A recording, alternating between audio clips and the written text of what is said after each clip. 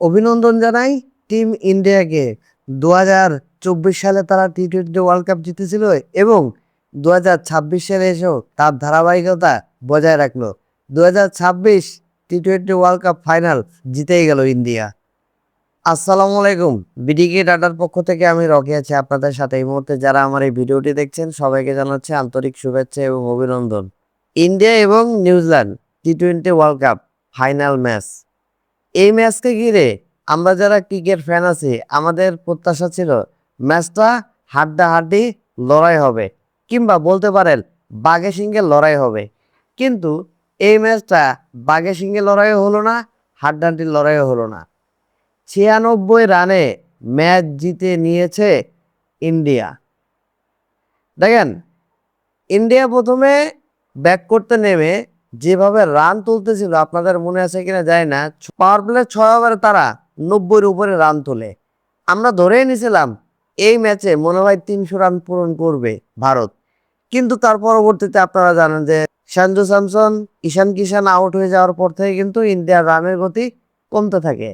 একটা পর্যায়ে গিয়ে তারা 255 রান করে 5 উইকেটের বিনিময়ে।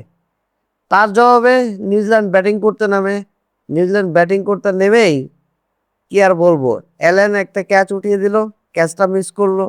তো ভাবলাম অ্যালেন যেহেতু লাইভ পাইছে, আমার মনে হয় এই ম্যাচে ভালো একটা ইনিংস খেলবে। কিন্তু তারপরে উনি আউট হয়ে গেলেন। এরপরে দেখলাম সেইফার্ট দ্রুত একটা 50 করলেন। তো ভাবলাম যে সেইফার্ট হয়তো বা ইনিংসটাকে ক্যারি করবে, সেও পারলো না, আউট হয়ে গেল। তারপর তো আপনারা নিশ্চয়ই খেলাটা দেখেছেন, নিউজিল্যান্ডের ব্যাটসম্যানরা শুধু আসা যাওয়ার মিছিলে ছিল। তারা 159 রানে অল আউট হয়ে যায় 19 ওভারে। একটা ওভার তারা আর খেলতে পারেন নাই। ইন্ডিয়া জিতে গেল 96 রানে। দেখেন, এই ম্যাচটা শুরুর আগে আমি ভিডিওতে বলছিলাম ইন্ডিয়া 2024 সালে যতটা শক্তিশালী ছিল এই বছর তার থেকে আরো বেশি শক্তিশালী। আমি এই ম্যাচটা শুরুর আগে এই কথাটা বলছিলাম আগের ভিডিওতে। ইন্ডিয়া যে কতটা শক্তিশালী হয়েছে তার প্রমাণ তো তারা মাঠে দেখিয়ে দিল। এবং আপনারা জানেন যে আগের ওয়ার্ল্ড কাপটা রোহিত শর্মার ক্যাপ্টেন্সিতে কাপটা উইন করছিল ইন্ডিয়া।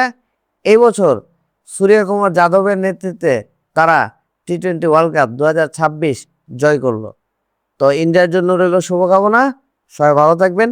বিডিকে ডাটার পক্ষ থেকে আমি রকি আজকে বিদায় নিচ্ছি। আল্লাহ হাফেজ।